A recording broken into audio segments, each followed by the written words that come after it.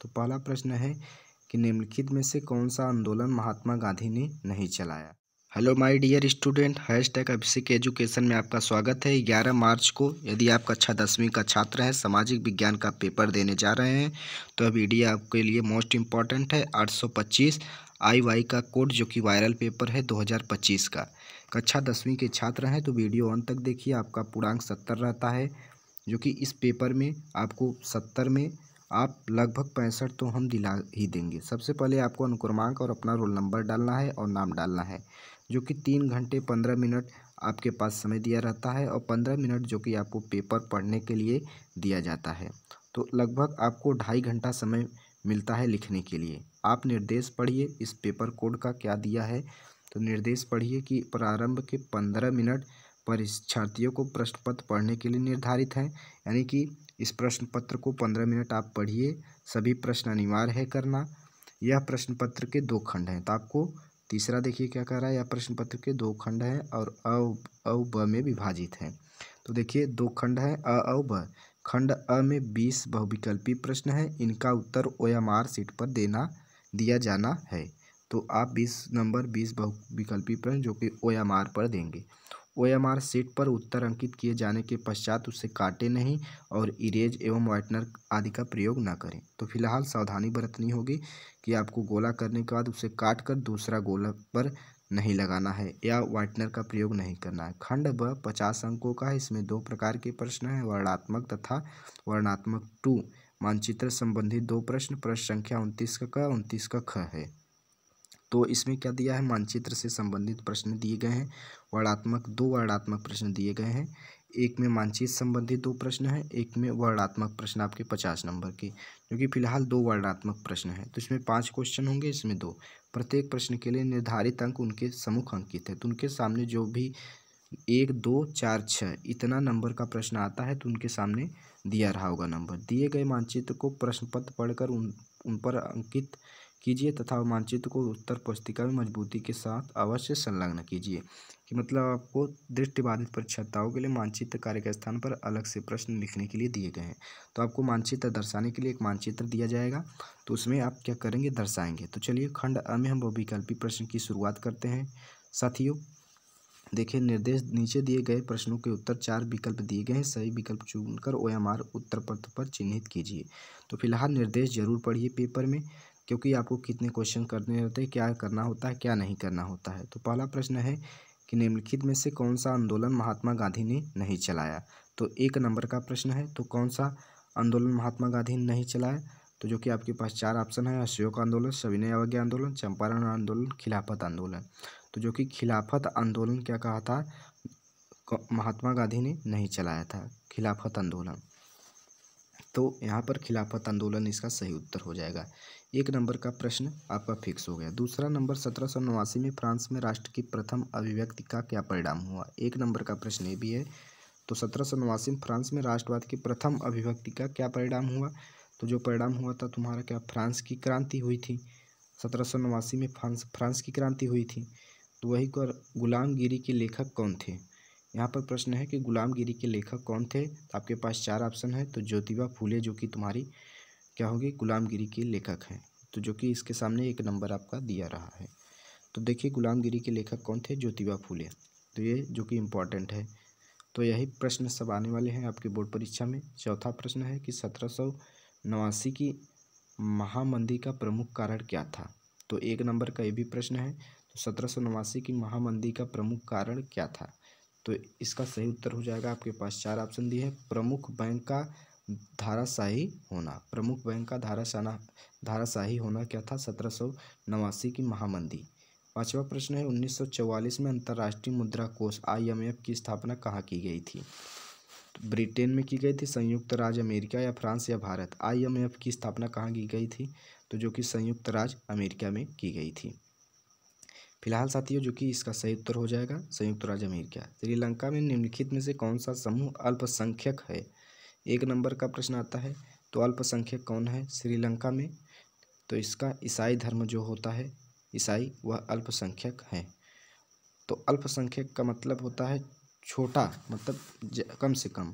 भारत में संघीय व्यवस्था है क्योंकि भारत में संघीय व्यवस्था क्या है? यहाँ शक्तियों का विकेंद्रीकरण होता है, मतलब एक राज्य स्तर पर एक केंद्र स्तर पर, मतलब शक्तियों का बंटवारा हो जाता है, तो जो कि 1 नंबर का प्रश्न है। तो 7वां प्रश्न हो चुका फिलहाल प्यारे साथियों। 8वां नंबर, वीडियो अंत तक देखिए। निम्नलिखित में से कौन सा संघीय राज्य नहीं है? तो जो कि कौन सा संघीय राज्य नहीं है, तो आपके पास 4 ऑप्शन दिए हैं, जो कि दिल्ली तुम्हारा एक संघीय राज्य नहीं है। अब बात करते हैं 9वां प्रश्न कि निम्नलिखित में से किस व्यवस्था के लिए राजनीतिक दल आवश्यक शर्त है? राजतंत्र, लोकतंत्र, तानाशाही, सात्यवाद। तो जो कि 1 नंबर का प्रश्न है, तो इसमें हो जाएगा तुम्हारा लोकतंत्र। लोकतंत्र इसका सही उत्तर हो जाएगा फिलहाल साथियों 9वां प्रश्न का। 10वां प्रश्न कह रहा है कि निम्नलिखित में से किसका संबंध लोकतंत्र से नहीं है? तो जो कि जनमत, राजनीतिक दल, उत्तरदायी शासन, बहुसंख्यकों का शासन। लोकतंत्र का जो कि बहुसंख्यकों का शासन, यानी कि लोकतंत्र से नहीं है, तो मतलब बहुत से लोगों का शासन नहीं है लोकतंत्र से। निम्नलिखित में से कौन सा खनिज धात्विक है? कोयला, अभ्रक, चूना पत्थर, लौह अयस्क। तो इसका सही उत्तर हो जाएगा लौह अयस्क क्या है? एक खनिज धात्विक है। तो जो कि यह 20 प्रश्न ऐसे हैं जो कि आपके बोर्ड एग्जाम में फंसेंगे। कपास की खेती के लिए निम्नलिखित में से कौन सी मिट्टी उपयुक्त है? 1 नंबर की प्रश्न।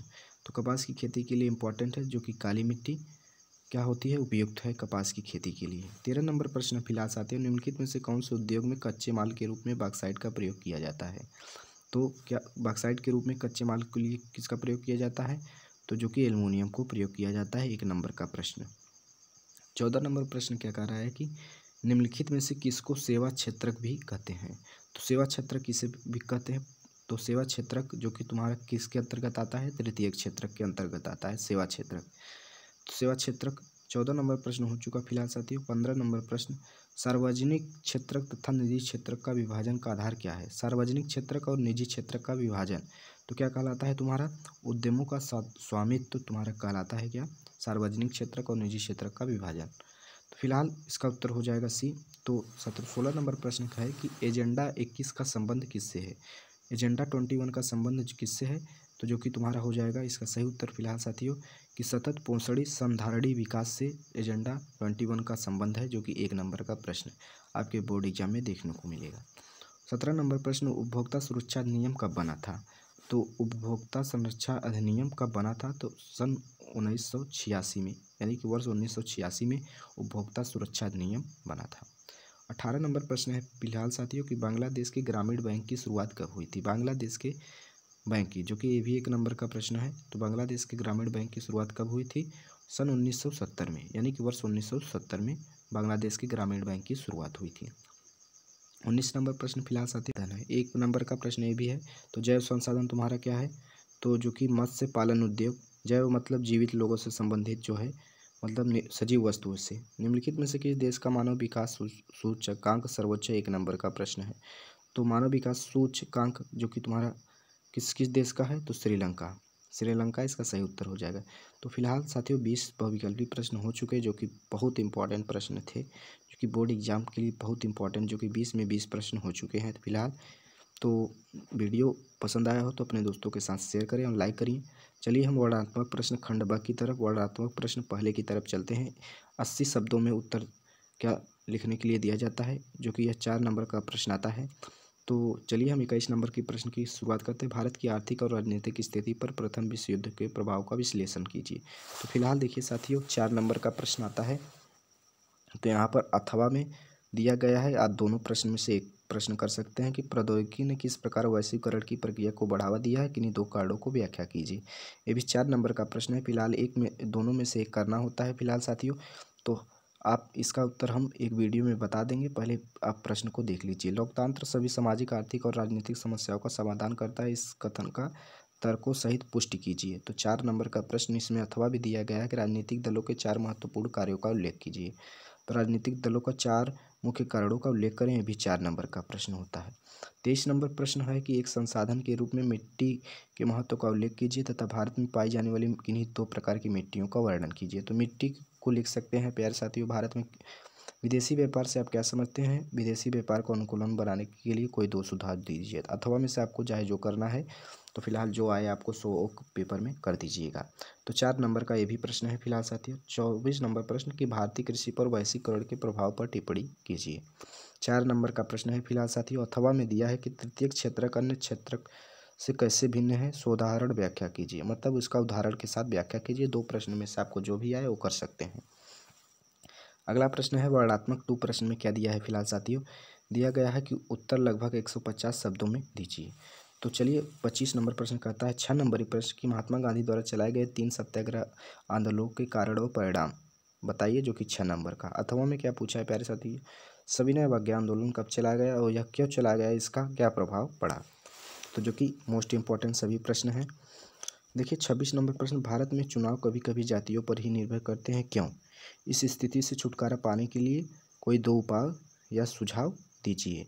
तो 6 नंबर का प्रश्न फिलहाल साथी, अथवा में 2 प्रश्न दिया कि भारत में संघीय व्यवस्था की किन्हीं 4 विशेषताओं की व्याख्या कीजिए। तो अथवा में से आपको 2 में से 1 करना होता है, 6 नंबर आपको मिल जाएगा। 27 नंबर प्रश्न, चावल की खेती को हेतु उपयुक्त भौगोलिक दशाओं की विवेचना कीजिए तथा भारत में किन्हीं 3 प्रमुख उत्पादक क्षेत्रों का उल्लेख कीजिए। 6 नंबर का प्रश्न ये भी आता है, अथवा में प्रश्न 1 दिया जाता है कि अभ्रक की उपयोगिता की विवेचना कीजिए एवं भारत में इसके किन्हीं 2 उत्पादक क्षेत्रों का वर्णन कीजिए। तो ये हो गए तो कि 27 नंबर प्रश्न, जो कि 6 नंबर के आते हैं। विश्व व्यापार संगठन जिसे हम WTO के क्रियाकलापों का वर्णन कीजिए, 6 नंबर का प्रश्न पूछा जाता है। अथवा में देखिए फिलहाल साथियों क्या दिया है कि संगठित एवं असंगठित क्षेत्रों में विभेद कीजिए एवं असंगठित क्षेत्रों के कर्मचारियों की समस्याओं की विवेचना कीजिए। तो फिलहाल देखिए ये सब कहानी के रूप में आप पढ़ेंगे तो ज़्यादा बेटर रहेगा। मानचित्र संबंधित प्रश्न क्या पूछे जाते हैं, 29 का क प्रश्न, 29 का ख, निम्नलिखित स्थानों को भारत के दिए गए रेखाचित मानचित्र इतने चिन्ह द्वारा दर्शाइए, सही नाम, सही स्थान और अंकन हेतु 1/2 1/2, यानी कि एक चिन्ह दर्शाने पर आपको आधा नंबर दिया जाएगा। वह स्थान जहाँ भारतीय राष्ट्रीय कांग्रेस का अधिवेशन सितंबर 1920 में, यानी कि सितंबर 1920 में हुआ था, तो वह स्थान क्या है। तो इसको हम मानचित्र में दर्शाना बताएंगे आपको मानचित्र में किस प्रकार दर्शाना है। तो इसका उत्तर हो जाएगा कलकत्ता, क्योंकि वह स्थान जहाँ भारतीय राष्ट्रीय कांग्रेस का अधिवेशन 1920 में हुआ था वह क्या है, कलकत्ता। वह स्थान जहाँ महात्मा गांधी ने नमक कानून तोड़ा था। तो नमक कानून कहाँ तोड़ा था, दांडी यात्रा, यानी कि दांडी में नमक कानून तोड़ा था। वह नगर जहाँ जलियांवाला बाग हत्याकांड हुआ था, जानते हैं अमृतसर में हुआ था जलियांवाला बाग हत्याकांड, अमृतसर में हुआ था। तो फिलहाल साथियों वह जनपद जहाँ चौरी चौरा की घटना घटित हुई, तो चौरी चौरा की घटना कहाँ घटित हुई थी, तो जो कि तुम्हारा ये कहाँ हुआ था, गोरखपुर में, यानी कि गोरखपुर में। तो इसका उत्तर हो जाएगा गोरखपुर। इसे मानचित्र में भरना भी बताएंगे। वह स्थान जहाँ महात्मा गांधी ने किसान सत्याग्रह आंदोलन चलाया, तो किसान सत्याग्रह आंदोलन कहाँ चलाया गया था, जो कि चंपारण में। फिलहाल साथियों तो 5 प्रश्न थे, इसको हमने क्या किया, सब बता दिया इसका उत्तर। अभी ख प्रश्न में है कि निम्नलिखित स्थानों को भारत के दिए गए रेखांकित पृष्ठ पर में चिन्ह द्वारा नाम सहित दर्शाइए, सही नाम तथा सही स्थानांक की हेतु 1/2 अंक निर्धारित है। तो देखिए आधा आधा नंबर दिया जाएगा। तो पहला प्रश्न है इस देश की राजधानी चिन्ह द्वारा नाम सहित दर्शाइए। इस देश की राजधानी, तो इस उत्तर प्रदेश की राजधानी, सॉरी यहाँ पर उत्तर प्रदेश होना चाहिए, उत्तर प्रदेश की राजधानी चिन्ह द्वारा नाम सहित दर्शाइए। तो लखनऊ होता है उत्तर प्रदेश की राजधानी, तो यहाँ पर मानचित्र में आपको दर्शाना होगा। तो देखिए अब मतलब ये जो सिंबल दिया है इस सिंबल से दर्शा सकते हैं। दक्षिण भारत की एक प्रमुख नदी का सिंबल तुम्हारा ये दिया है चित्र द्वारा नाम सहित, तो जो कि गोदावरी नदी है।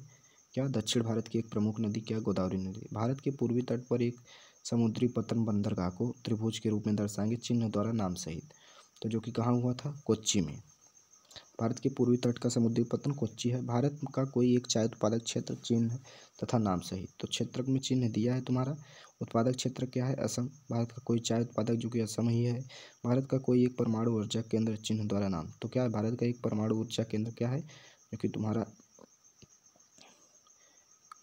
काकरापार, क्या काकरापार है। तो इसे हम चलिए फिलहाल मानचित्र पे दर्शाते हैं।